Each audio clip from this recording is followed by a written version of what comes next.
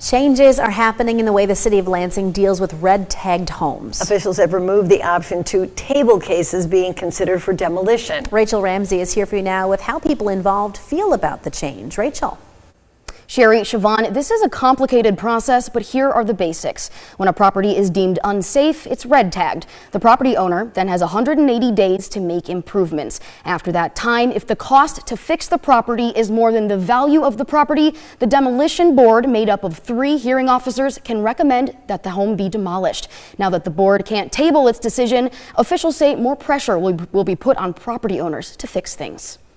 How long do you let a mega landlord sit on one of these properties and basically do nothing? Lansing Council member Ryan Cost says when cases are tabled by the demolition board, some property owners drag their feet and don't make improvements. He says he's glad to see that option is gone. They have the tools to say, look, you no longer have this endless cycle where, you can just sit here. The city's Economic Development and Planning Department oversees the demolition board. Director Raleigh Van Fossen says he feels this procedure does not create more work. It simply adjusts the process for the hearing officers. They still have the opportunity to order a property be made safe or demolished. That process still stands true.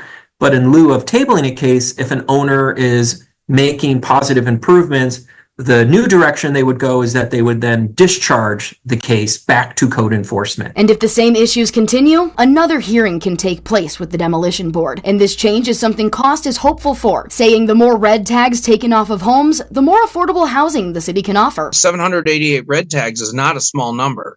That's a lot of places a lot of people can be living. And I drove past every one of the ones that they were hearing at the demo board. Not one of those could not be saved.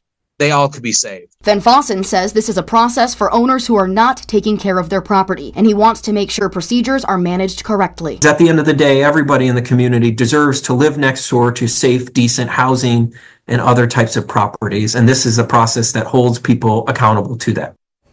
The city's Public Safety Committee had a meeting this afternoon where they were expected to discuss the new expectations of the demolition board.